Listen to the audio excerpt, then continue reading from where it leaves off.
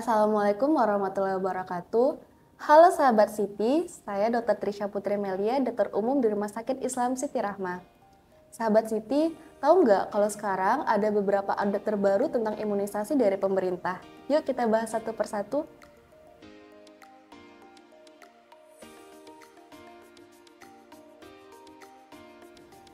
Nah, sahabat Siti, imunisasi merupakan cara yang cepat, aman, dan efektif dalam membentuk suatu kekebalan tubuh terhadap suatu penyakit dengan cara pemberian vaksin. Nah, imunisasi itu sendiri terbagi atas dua, sahabat Siti. Ada imunisasi pasif dan imunisasi aktif.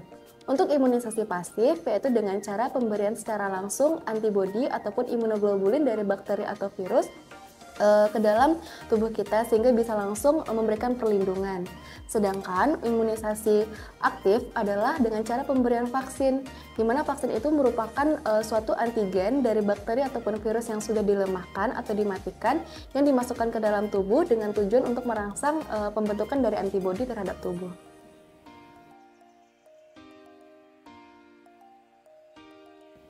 Nah, sahabat Siti, sebenarnya gimana sih cara kerja vaksin? Vaksin kan merupakan suatu produk biologis yang terdiri dari antigen bakteri ataupun virus yang sudah dilemahkan ataupun yang sudah dimatikan. Di mana nanti ketika vaksin tersebut masuk ke dalam tubuh akan merangsang pembentukan dari antibodi spesifik sesuai dengan jenis vaksin yang dimasukkan. Nah, contohnya gini nih sahabat Siti. Kalau misalnya sahabat Siti memperoleh vaksin campak, nah ketika vaksin campak tersebut masuk ke dalam tubuh, vaksin tersebut akan membentuk suatu antibodi yang spesifik terhadap penyakit campak. Jadi apabila di kemudian hari sahabat Siti tertular penyakit campak, tubuh sudah memiliki antibodi yang dapat melawan penyakit campak tersebut. Nah, sesudah pemberian vaksin, apakah mungkin anak masih tertular penyakit? Meskipun kemungkinannya kecil, bayi ataupun anak yang telah diimunisasi itu masih mungkin tertular penyakit. Namun gejalanya biasanya lebih ringan dan tidak berbahaya karena kita sudah memiliki antibodi untuk melawan bakteri ataupun virus penyebab penyakit tersebut. Biasanya untuk klinisnya itu lebih ringan dan lebih cepat sembuhnya.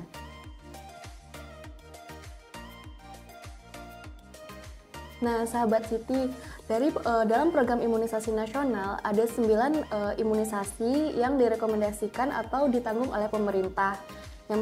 Yang pertama itu ada imunisasi BCG, di mana imunisasi ini bertujuan untuk melindungi anak dari penyakit tuberkulosis atau lebih sering disebut penyakit TBC. Yang kedua ada imunisasi hepatitis B, di mana imunisasi ini untuk mencegah infeksi dari virus hepatitis B yang dapat menyebabkan terjadinya kerusakan hati. Yang ketiga, ada imunisasi DPT. Imunisasi DPT ini terdiri atas 3 item. Yang pertama ada imunisasi difteri, pertusis, dan tetanus. Difteri ini bertujuan untuk mencegah terjadinya penyakit pada saluran nafas, di mana difteri ini dapat menyebabkan terjadinya sumbatan pada saluran nafas, sehingga untuk tata laksananya dapat pada tenggorokan anak tersebut dilakukan tracheostomi atau pembolongan untuk memudahkan saluran nafasnya. Lalu ada pertusis, di mana pertusis itu atau disebut juga dengan batuk rejan atau batuk 100 hari, di mana pada anak yang menderita pertusis dia akan batuk lama sekitar 100 hari. Batuknya tersebut biasanya keras dan melengking, bahkan ada juga terdengar seperti menggonggong yang dapat menyebabkan terjadinya pecah pada pembuluh darah di konjungtiva atau di bagian putih dari bola mata. Lalu juga ada tetanus, DPT itu ada tetanus juga. Pada tetanus itu biasanya mungkin sahabat Siti sering dengar nih, ada penyakit yang dapat menyebabkan terjadinya kekakuan otot serta kejang pada anak ataupun orang dewasa.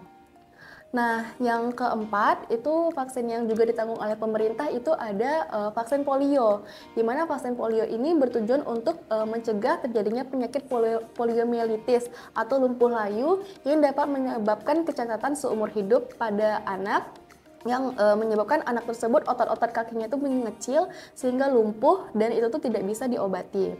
Lalu yang kelima itu ada vaksin MR atau measles rubella untuk mencegah penyakit campak dan rubella.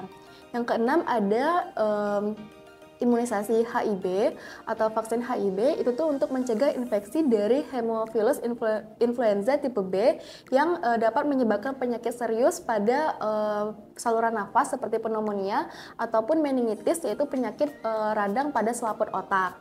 Nah, yang ketujuhnya ada imunisasi PCV atau imunisasi pneumokokal konjugat vaksin yang dapat melindungi anak dari infeksi bakteri Streptococcus pneumoniae yang dapat menyebabkan pneumonia ataupun masalah pernafasan.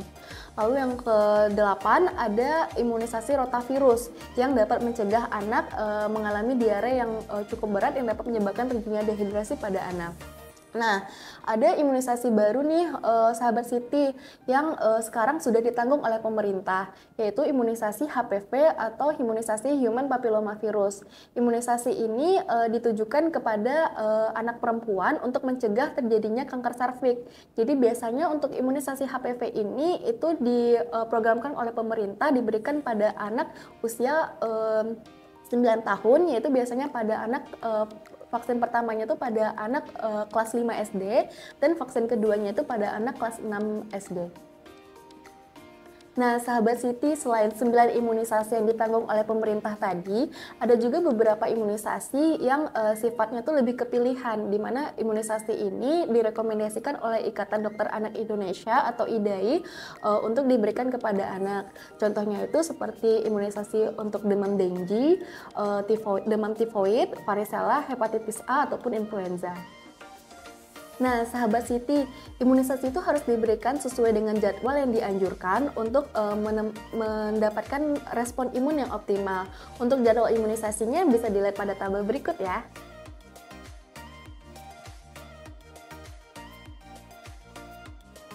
Nah, sahabat Siti, berdasarkan jadwal yang sudah ditampilkan tadi, mungkin sahabat Siti bertanya-tanya nih, apakah boleh anak tersebut mendapatkan beberapa jenis imunisasi atau vaksin dalam satu kunjungan ke fasilitas kesehatan? Nah, sebenarnya untuk pemberian imunisasi ganda atau pemberian suntikan ganda pada saat imunisasi itu boleh, di mana penelitian di beberapa negara membuktikan bahwa suntikan vaksin yang pada satu kunjungan itu aman dan bermanfaat, di mana nanti untuk pemberian imunisasi ganda tersebut dapat diberikan pada bagian paha ataupun lengan anak. Nah, untuk pemberian di lokasi yang sama itu biasanya kita jarakkan sekitar 3 cm. Jadi misalnya kalau misalnya diberikan suntikan pada bagian paha kanan dan akan diberikan lagi suntikan di tempat yang sama, itu biasanya kita jarakkan 3 cm. Nah, pemberian suntikan ganda ini memiliki beberapa manfaat nih sahabat Siti. Jadi itu tuh dapat mengurangi kerepotan kita buat bolak-balik ke fasilitas kesehatan untuk mendapatkan imunisasi. Dan juga dengan pemberian suntikan ganda ini itu tuh lebih cepat mengejar imunisasi yang tertinggal. Sahabat Siti mungkin bertanya-tanya juga nih, kapan anak tidak direkomendasikan untuk memperoleh imunisasi? Yang pertama yaitu ketika anak sedang demam. Jadi anak dikatakan demam apabila suhunya itu di atas 37,5. Sebenarnya 37,5 itu suhunya masih dalam kategori subfebris. Namun dari rekomendasi Ikatan Dokter Anak Indonesia, anak dengan suhu 37,5 itu tidak disarankan untuk memperoleh imunisasi. Lalu yang kedua, imunisasi juga dapat ditunda pada anak-anak yang sedang menjalani pengobatan seperti memperoleh pengobatan kortikosteroid atau anti radang yang dapat menekan sistem imun. Contohnya itu pada anak-anak yang menderita penyakit kanker ataupun penyakit autoimun yang juga membutuhkan kemoterapi. Biasanya pada kondisi-kondisi tersebut anak ditunda diberikan imunisasinya. Lah, kalau misalnya anak batuk pilek itu tetap boleh kita berikan imunisasi asalkan pada saat kunjungan tersebut anak tidak demam. Nah, sahabat Siti, gimana nih kalau misalnya pada saat jadwal imunisasi anak sedang sakit atau mungkin kita sedang ada halangan sehingga tidak bisa membawa anak pergi imunisasi. Nah, untuk jadwal imunisasi catch up atau untuk mengejar ketertinggalan imunisasi itu bisa dilihat pada panduan jadwal imunisasi yang udah kita share tadi, di mana pada jadwal panduan tersebut ada kolom yang berwarna kuning. Pada kolom warna kuning tersebut itu kita masih bisa meng-catch up atau mengejar ketertinggalan dari vaksin yang kita tidak sempat berikan. Jadi nanti bisa sahabat Siti lihat lagi nih pada jadwal imunisasi tersebut.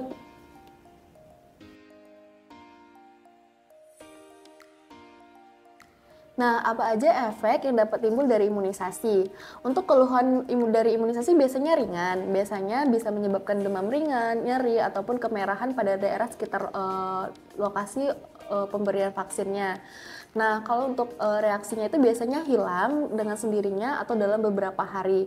Jika anak demam setelah pemberian vaksin, itu kita bisa berikan obat penurun demam seperti paracetamol, ataupun kita bisa bantu juga dengan kompres hangat anak dengan pada daerah-daerah sekitar leher ataupun sela pahanya.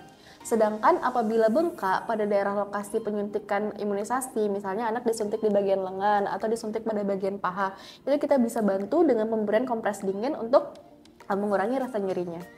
Nah, sahabat Siti, apa aja sih manfaat dari pemberian imunisasi sesuai dengan jadwal?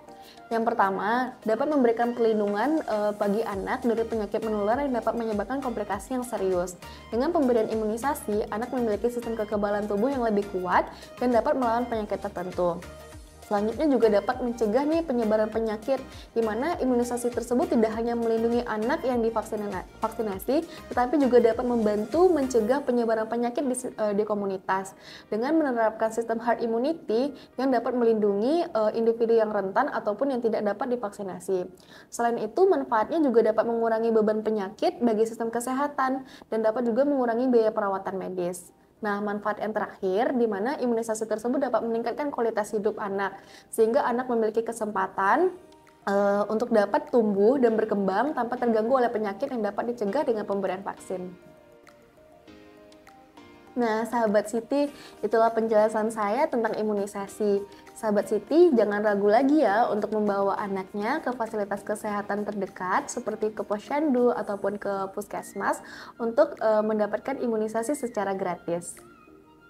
Sekian, terima kasih. Wassalamualaikum warahmatullahi wabarakatuh.